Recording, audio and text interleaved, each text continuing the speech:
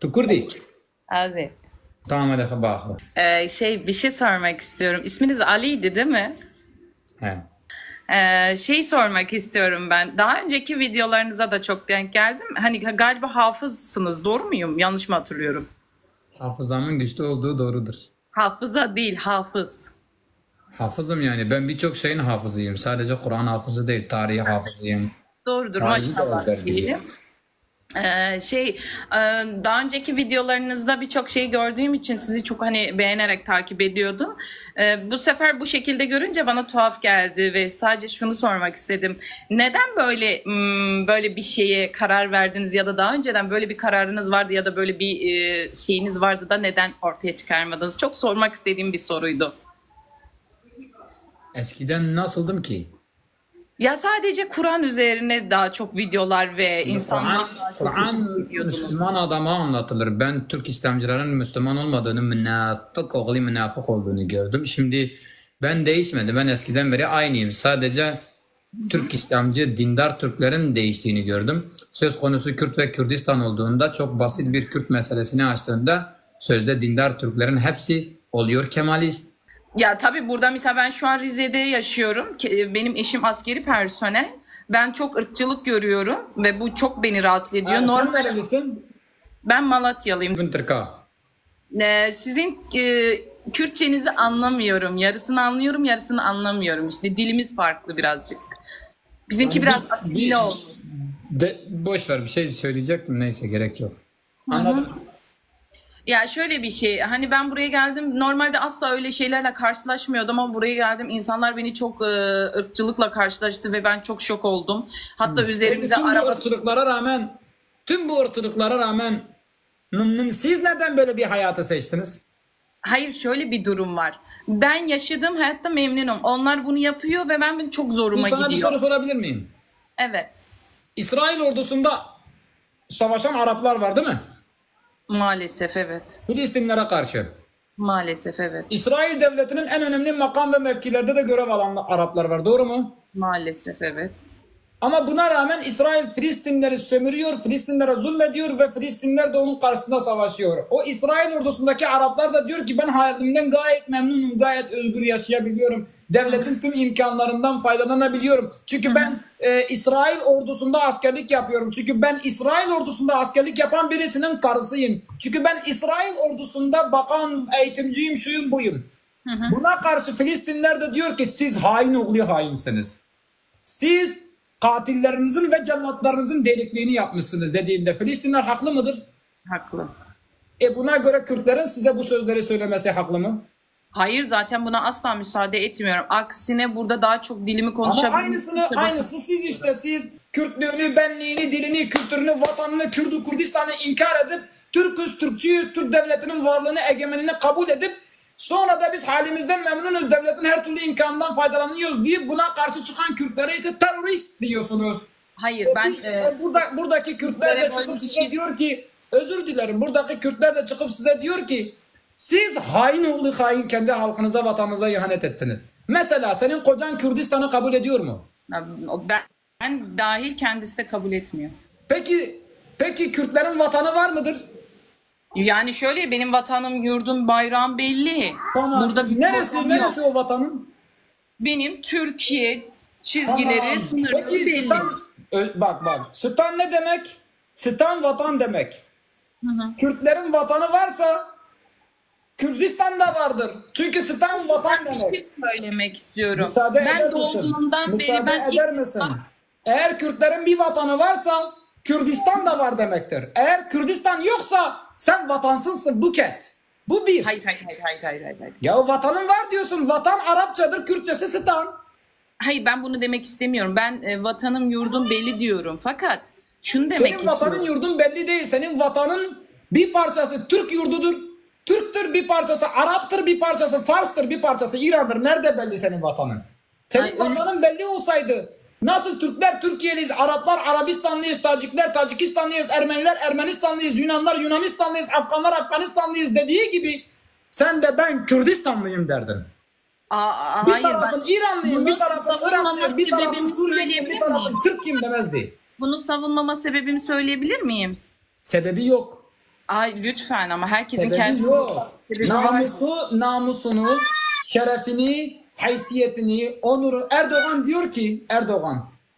diyor ki dilini kaybeden bir millet benliğini kaybeder. İnancını kaybeder. Hatta ve hatta diyor onurunu kaybeder. Zaman içinde sömürgeleşir diyor. Erdoğan'a göre sen ve senin gibi fikriyata sahip olup senin çocuğun Kürtçe biliyor mu Buket? Eşim Ordulu, o Türk, ben Kürdüm. Öğreteceğim yani. Ah Ama benim güzel, ah benim halkım, ah benim Ali Bey, cahil halkım. Ali Bey, birçok yayınlarınıza izlemişliğim var yani. Böyle bir problem yaşamayalım. Sakince konuşmak istiyorum sadece sizinle. Çünkü Ya merak sen- ettiğim sen kendi Kürtçe anlıyor sorular musun? da var. Efendim? Tek bir şey söyleyeceğim sana Kürtçeyi. Keçeki vakete, keçeki Kürt. Usa delal. Çeva tuğun, çeva dibin, çeva un luxo deytinin hum bibin jine dagir kare xo. Ew kesek o xuyna milleti ve destê wan de un çeva dibin jinê wan. Un çeva luxo deytinin. Çeva namusa ve destur dide, şerefa ve destur dide, rumata ve destur dide. Ko un wan kesek o xuyna netawa ve, xuyna milleti ve, xuyna birayê ve destê wan de un çeva dibin jina wan dibin namusa wan. Un çeva bil xo deytinin. Ez xura şaş dibinim. Beni donup kalıyorum yani. Böyle şaşkınlık içindeyim. Yani ama bu böyle bir şey değil, nasip işi. Nasip işi bu. Yani ben de özellikle Haklısın. yarın öbür gün hani ben bu kişiyle evleneceğimi bilsem, sence bunun hani o zaman da tercih mesele yapabilirim ama benim bilmiyoruz biz bunu, ölümü, nasıl evleneceğimiz günü falan. Biz bunları bilmiyoruz. Allah Azze ve Celle sizin nasibiniz sizin elinizdedir diyor. O zaman git bir tane Yahudi ile evlen de ki nasip. Hayır, zaten onu tercih edemem. Onu benim Hani tercih. tercih değildi nasipti? Ama şu an Müslüman. Demek ki senin tercihindir değil mi? Yani bir Yahudi ile de evlensen nasip, bir Filistinli bir İsrailli ile Mesela bir evlensen nasip Yahudi, diyebilir evet, mi? bir Yahudi ile evlenmeyi düşünsem kesinlikle onu öncelikle Müslüman ederim. Bak bir Türk'le evlenebilirsin.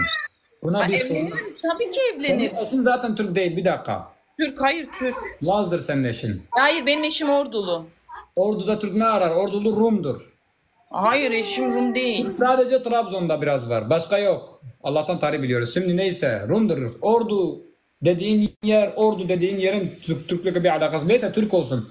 Benim Türklükle yani bir Türk'le evlenmenizde bir sorunum yok.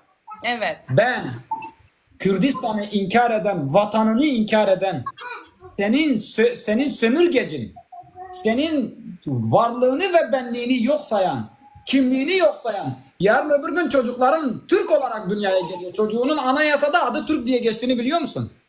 Evet, biliyorum. Benim Çocuğunun dilinin mecliste bilinmeyen dil diye geçtiğini biliyor musun? Senin atan bu ülkeyi kurarken meclise Kürdistan mebusu olarak girdiği meclise kurduğu bu ülke bugün senin Kürdistan'ını inkar ediyor, sana ihanet ediyor. Ama sen o aşağılık kompleksiyle hala diyorsun ki benim de umurumda değil. Sen bu devleti Hayır. kurarken bir dakika sen bu devleti Hayır, ben şu an Fransa gibi bir yerde doğsam yine Fransa vatandaşı ben olarak Fransa'da yaşıyorum. doğmadın. Sen Türkiye'de doğmadın. Sen Kürdistan'da nereliydin sen?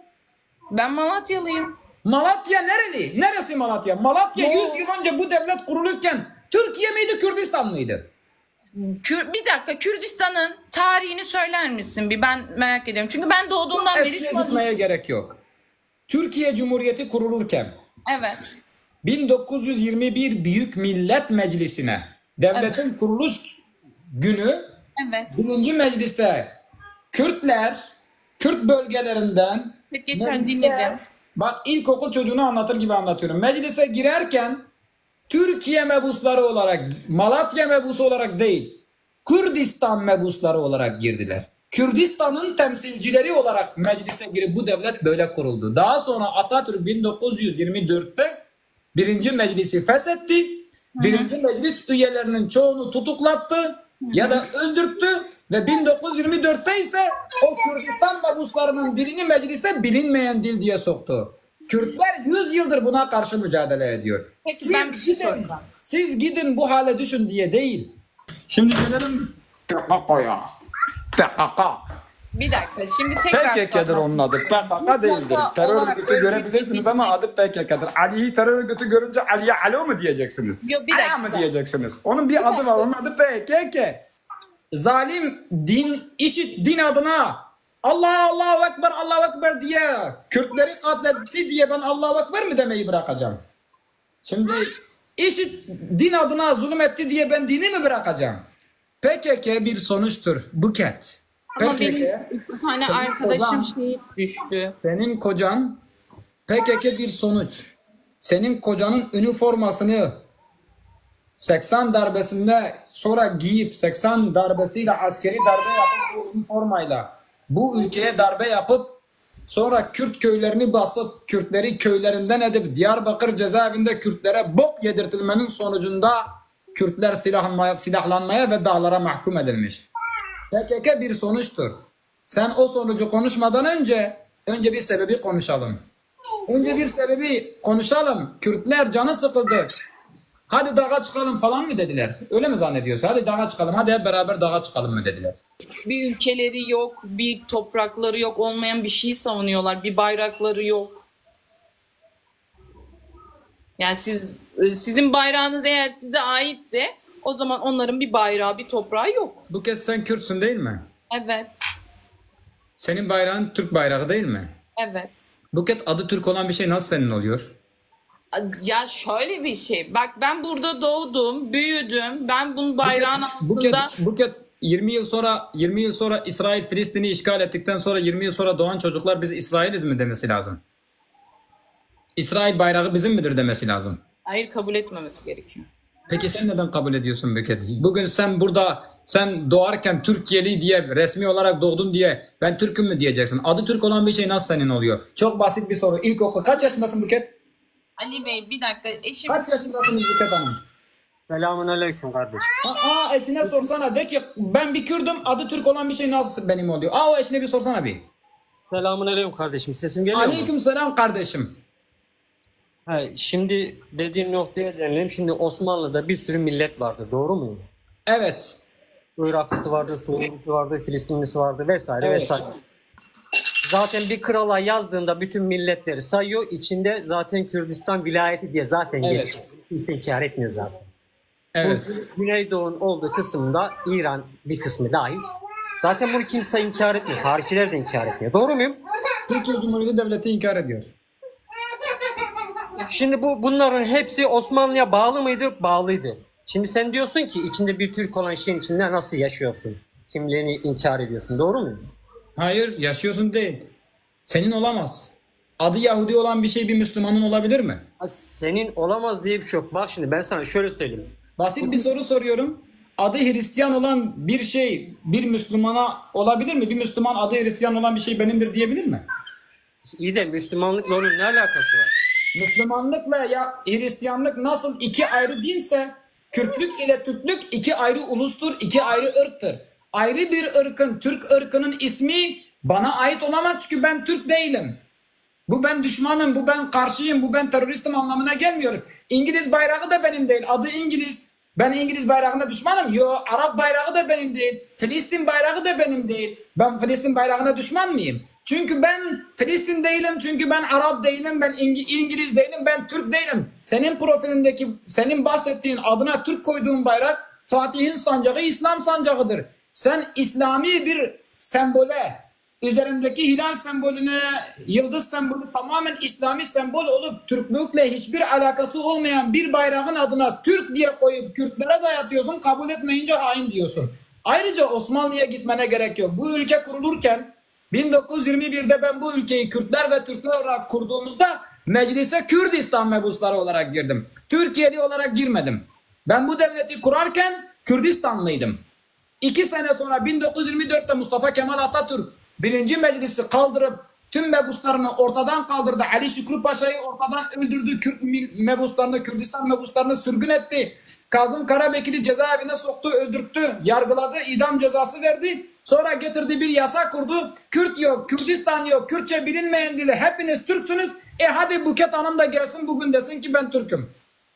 İnönü'de Biz bu ülkeyi kurmak için 3 milyon can verdik. Kürdistan'ı inkar etmeniz için, Kürdistan'ı inkar etmeniz, Kürtlüğü inkar etmeniz, Kürtçeyi bilinmeyen dil diye meclise sokmanız, ana dilde eğitimi yasaklayıp Kürtçe camilerde Kürtçe hutbeleri yasaklamak için biz bu ülkeyi kurmadık. Eğer senin yanında savaşıp milli mücadelede Kürt-Kürdistan, Atatürk'ün nutkunda 42 defa Kürdistan geçiyor. Cumhuriyet kurulana kadar biz Kürdistanlıydık. Savaşı kazandıktan sonra hepimizi Türk yapacaksınız. Ne oldu? Laz, Çerkez, Boşnak, Taşnak, Arnavut, Rum ve Gürcüler gibi sizden de mutlu Türk'üm diye deyin ya da Türk bayrağını kabul edin. Bayrak bizimse adı Türk olamaz çünkü biz Türk değiliz. Adı Türkse bizim olamaz. Mesela sen askersin. Ben de askere gidiyorum. Neden Türkiye askeri kavramına Türk askeri, Türk Silahlı Kuvveti? Ben vatanım için savaşırım. Ben neden Türk Silahlı Kuvveti olayım ki? Ben Türk'ün Silahlı Kuvveti değilim ki. Neden Türk Silahlı Kuvveti? Ben bu ülkeyi kurarken böyle bir tanım yoktu. Ben bu ülkeyi kurarken Türk lirası, Türk ceza kanunu, Türk devleti, Türk bilmem neyi yoktu. Türk bayrağı diye bir tanım yoktu. Bana bunları sormadınız. Kürtlere sordunuz mu? Bak biz böyle bir ülke kuracağız. Tüm her şeyinizi inkar edeceğiz. Yanımızda savaşmaya hazır mısınız dediniz mi? Siz ihanet etmişsiniz bu toplama. Bu toplum bu ihanete karşı bir hain diyorsunuz. Şimdi bugün Doğu Türkistan diye bir yer var değil mi? Evet. Resmiyette var mı? Resmiyette orası Çin'dir değil mi? Çin sömürgesinde ve soykırımında. Orası kanunen haritada yok. Orası Çin. Şimdi siz neden Doğu Türkistan diyorsunuz?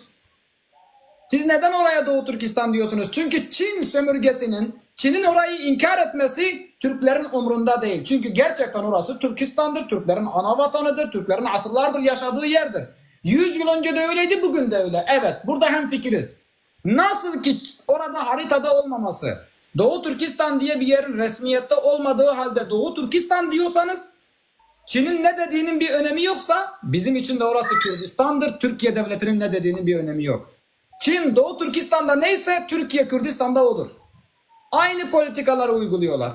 İkisi de oradaki toplumu birisi Çinileştirmeye çalışıyor, diğeri Türkleştirmeye. Birisi Türkçeyi yasaklamış, diğeri Kürtçeyi yasaklıyor. Birisi hepiniz Çinli diyeceksiniz, diğeri diyor hepiniz Kürdüm diyeceksiniz. Birisi onun dilini yok sayıyor, birisi bunun dilini.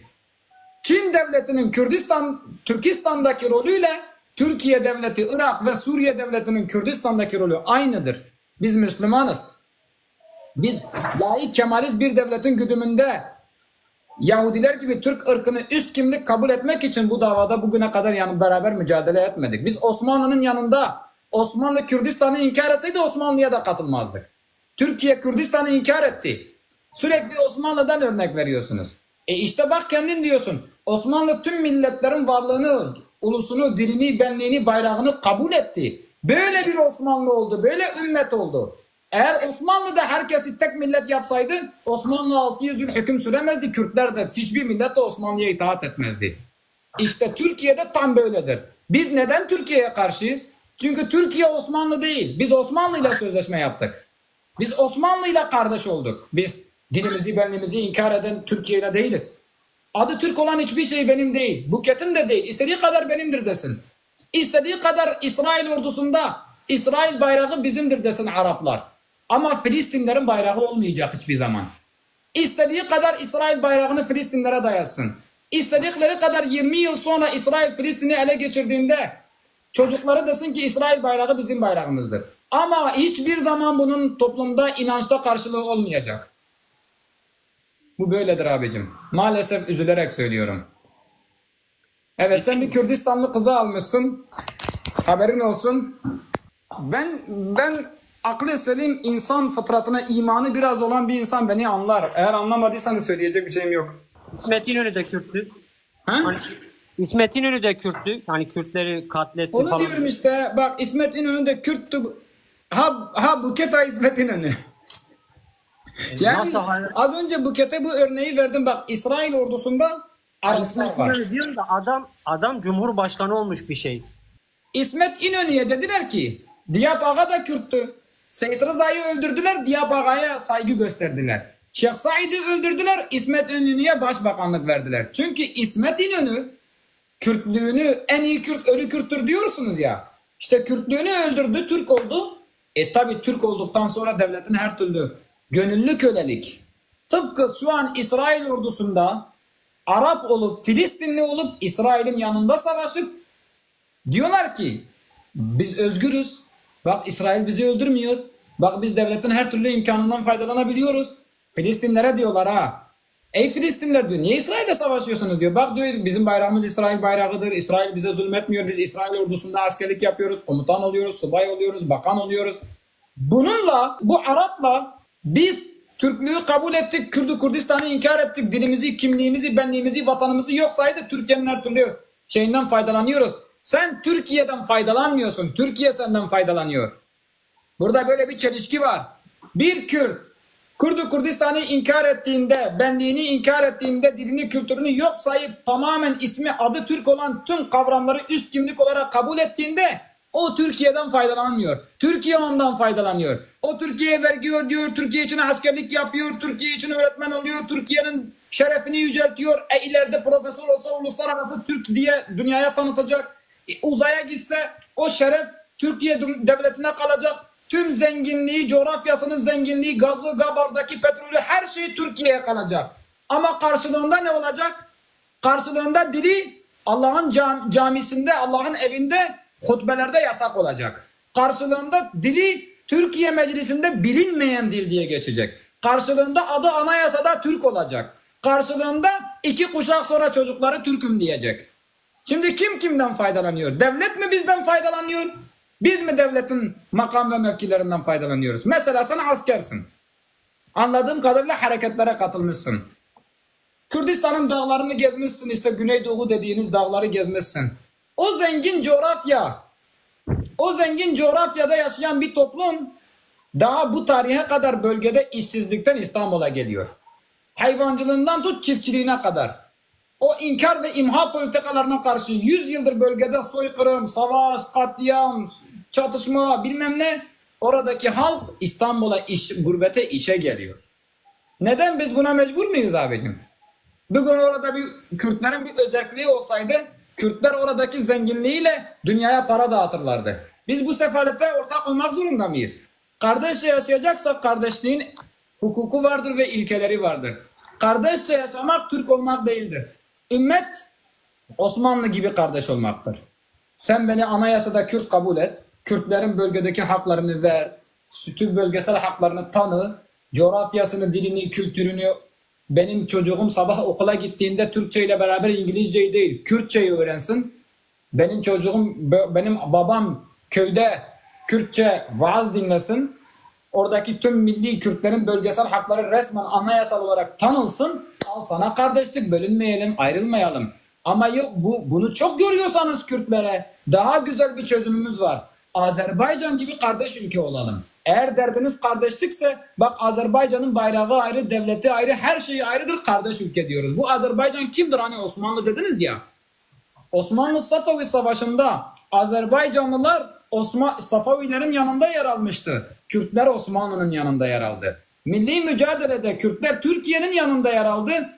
Azerbaycanlılar, Ermenistan'la beraber Kafkas Federasyonu'nu kurdular. Bugün Azerbaycanlılar oldu kardeş ülke, Kürdistan oldu kabristan.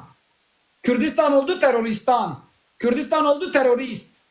Düşünsenize ya, 2 önemli savaşta Ermenilerin yanında, düşmanın yanında yer alan Azerbaycanlılar bizim kardeş ülkemiz, ama tüm mücadelede yanımızda olan Kürdistanlılar oldu kabristan. Neden Azerbaycan gibi biz de kardeş ülke olmayalım ki? Neden biz bir olmak için hepimiz Türk olalım ki? Bazen ayrılmak birleşmektir. Bazen renkleri kabul etmek zenginliktir. Sen Kürt'ü Kürt yap, Türk'ü Türk, Lazı anayasamız kabul etsin. Bak bugün Güney Kürdistan Federa yönetiminde 4 tane resmi dil var. Türkmenlerin, Arapların, Asurilerin, Süryanilerin ve Kürt. 4 tane resmi dil var. İsviçre'de 4 resmi dil var. Kanton devlet modeli. İsviçre bölünüyor mu? Bugün dünyada bir sürü üniter devlet. İspanya, Türkiye gibi ulus devlettir. Üniter devlettir. Bask ve Katalanlar olarak 2 tane özel bölge var. İspanya bölündü mü? Biz kardeşçe yaşamanın ilkelerini tesis edeceğiz. Aksi takdirde ben ve biz içimizde asimile olmuş Amerika'nın, İsrail'in ordusunda savaşan bazı Araplar gibi İsmet İnönülerimiz, Diyap ağalarımız, Buket hanımlarımız olabilir. Ama Kasem Bina ve Huday Kürdistan biz Kürtlerin bu şekilde asimile olmalarına izin vermeyeceğiz abicim. Kusura bakmayın. Kusura Ali bakmayın. Bey, Buyurun. iyi hoş konuşuyorsunuz da ülkede bir sürü Kürt bakan yok mu? Ha? Ülkede bir sürü Kürt bakan yok mu? Bir saattir anlatıyoruz beyefendi. Sen gerçekten bu kadar konuşmamdan sonra bu soruyu nasıl bana sorabiliyorsun? Sen o yok bunu inkar ediyor, bunu Bu inkar ediyor. ülkede, bu ülkede Hakan Fidan var değil mi? 2000'li yıllara kadar ben çok konuştum. Hakan Biraz Fidan da- var değil mi abicim? Çok konuştum. Biraz da beni dinle. 2000'li yıllara kadar Kürtçe bile konuşamıyordun. 2000 yıldan sonra müzik serbest oldu. Rahatça konuşabiliyorsun. Mahkemelerde tercüman bile Ne getirebiliyorlar. karşılığında? Sen neyinden bahsediyorsun ya? Tamam. 2000 yılına kadar doğru söylüyorsun. Konuşamıyordun 2000 bile. yılına Yalan. kadar çok gururla da Müzik söylüyorsun. dinleyemiyordun, Kürtçe konuşamıyordun. Mahkemelerde şu an tercüman bile rahatça Haklısın. konuşabiliyorsun bile. Haklısın, çok Yani güzel. bak, İşte senin şu an yaptığın milliyetçilik, tamam mı? Ben şimdiye kadar hiç milliyetçilik yapmadım. Milliyetçilik ezilen bir yapsaydım toplumun milliyetçiliği İslam'da beni farzdır. dinle. Bak dinlemeyi öğren. Ben şimdiye kadar seni dinledim kardeşim. Saygısızlık yapmadım. Şimdi de sen beni dinle. Benim bir sürü Kürt arkadaşım var. Asker var, polis var, savcı var, hakim var. Yani tanıdığım bir sürü şey var. Bir sürü de bakan var. Ama bu ülkenin başına geçmiş Cumhurbaşkanı, Başbakan Kürtler de var. Sen şu yok bu yok diyorsun, inkar etmiş diyorsun. Tamam 70'li 80'li yıllarda belki daha öncesinde yapılmadı demiyorum ben sana, yapılmıştır. Çok yanlış şeyler de yapıldı. Ama son dönemlerde belki 20 belki 30 yıl süre zarfında bunlar yavaş yavaş düzeltilmeye başladı. Bu yanlışlar, yapılan yanlışlar yapılmamaya başladı. Müzik yapabiliyor musun? Yapıyorsun. 2000'lerden önce yapabiliyor muydun? Yapamıyordun. Gelelim şu bayrak meselesine. Sen bu Türk bayrağı diyorsun da bu Türk bayrağı zaten Osmanlı'da vardı. Osmanlı'da 3 tane zaten sancak vardı. Tamam mı? Türk bayrağı daha. Yani bu Türkiye'nin yeni resmi sıfırdan oluşturulmadı. Zaten vardı. Ben konuşurken beni dinlediniz mi? Ya ben sizi dinledim de siz bir beni dinleyin. Ondan Ama sonra bunları anlattım zaten. ben anlatamıyorum ki. Yani herkes zaten Osmanlı bayrağı altına veya artık Selçuk hangi hükümet, hangi imparatorluk varsa fark etmez. Adı Osmanlı sancağı değil, adı Hilafet sancağıydı. Ya ben ne diyorum? Zaten 3 tane sancak Ben var. Hilafet sancağı altında toplanırım, sorun yok. Peki şimdi adı ne? Türk. Nereden? Hilafet nereden? Türk nereden? Siz anlamadığınız şu. Zaten Halifeler Arap'tır.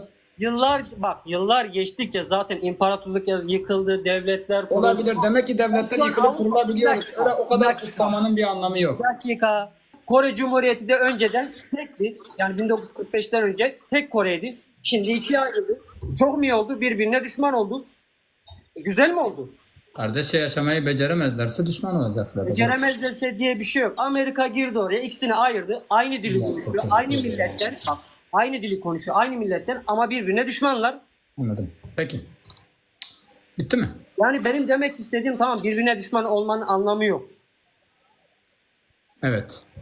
Şimdi beyefendi Allah Azze ve Celle diyor ki biz insanların ve cinlerin bir kısmını cehennem için yarattık ki onların kalpleri var akıl etmiyorlar. Kulakları var duymuyorlar. Gözleri var görmüyorlar. Onlar hayvan gibiler. Şimdi ben bir saattir anlattım. Osmanlı bayrağını hilafet sancağını almışsınız, adını Türk yapmışsınız, diyorsunuz ki Buket de desin ki Türk bayrağı benimdir. Osmanlı sancağı hilafet sancağıdır. Tüm İslam dünyasını temsil etmiş ırk bayrağı değildir. Biz de onu anlatıyoruz. Bu bir. İkincisi Hakan Fidan Türktür. Kürttür. Hakan Fidan bugüne kadar tüm Kürtlük benliğinden vazgeçmiş, Türk devletine hizmet etmektedir. Ve Kerkük ve Musul'da diyor ki Türk milletinin çıkarları doğrultusunda hareket edeceğiz. Bakın Türk milletinin diyor. Bakan olduğu için mi vazgeçmiş? Şimdi yarın bir Kürdistan devletini kuralım. Hakan Fidan gibi zeki bir tane Türk'ü getirin bana. Türklüğünden vazgeçsin. Ben dilini yasaklayayım. Tüm her şeyini yasaklayayım. Canı sağ olsun desin. Gelsin benim devletime o kadar hizmet etsin. Ben Hakan Fidan o Türk'ün alnından öperim. En iyi Türk sensin derim. İkincisi ben milliyetçiyim. Evet. İnkar edilen bir hakikatin milliyetçiliği İslam'da farzdır. Ben bugün Kürtlük benliği yok sayılıyor diye Kürt milliyetçiyim. Sen milliyetçi olamazsın. Çünkü senin zaten tüm benliğin resmi kurumlarda devlet bir ulus devletin adıdır. Sen tabii milliyetçi olamazsın. Ezilen bir toplum, inkar edilen dili yok olmaya yüz tutmuş, dili yok olmak üzere olan bir şeyin milliyetçiliği zaten gerekliyor. İkincisi sen milliyetçi olsaydın Kürt kızı almazdın. Vallahi Buket Hanım burada dinliyor değil mi bizi? Buket gibi bir tane güzel bir tane Türk kızı gelsin Türklüğünü bıraksın. Benim bu Kürdistan davamda yanımda olsun. Kürdistan'ı savunsun. Kürdistan bayrağı benimdir desin. Ben Kürtçe konuşsun. Aynı Buket'in Türklükte yaptığının aynısını bir Türk kızı benim için yapsın. Ben de onunla evlenirim. Hiç sıkıntı yok. Nereden bulacağım böyle bir kızı? Sen gitmişsin bir Kürt kızını getirmişsin. O Kürt kızı çocuğu doğuyor, anayasada Türk diye doğuyor. O kızın dili bilinmeyen dil diye geçiyor devlette. O kızın bayrağı az, her şeyi Türktür. O kızın kimliği, dili yasak. Buna rağmen o kız sana çocuklar doğuruyor. Saf Kürt kanı, tertemiz çocuklar doğuruyor. Sen böyle bir kızı nereden bulacaksın? Bu etti iki. Üçüncüsü, Subhanallah. Kardeşim, anlamak mı istemiyorsunuz? Sen diyorsun ki evet eskiden Kürtçe bile konuşamıyordunuz. Şunu yapıyordunuz. Kendisi Türk devletinin Kürtleri nasıl katlettiğini anlatıyor. Evet doğrudur. Eskiden Türk devleti İsrail'in Filistinlere yapmadığını Kürtlere yapıyordu. İşte Buket'in sorduğu soruya geldik. Buket, Kürtler dağa çıkmak zorunda kaldı. Savaştı. Boyun eğmedi, isyan etti. Binlerce katliama uğradı. Geri adım atmadı. Bugün Kürtçeyi konuşabiliyor. Bu Türkiye Cumhuriyeti Devleti'nin bize lütfu değildir beyefendi. Biz Lazlar gibi, Rizaliler gibi 100 yıl önce Hamidiye gemisiyle bir tane bomba attılar diye atma Hamidum atma, kavrukta geruk, şıpkada geruk diye boyun eğseydik bugün Kürt ülkesi konuşuluyor olmazdı.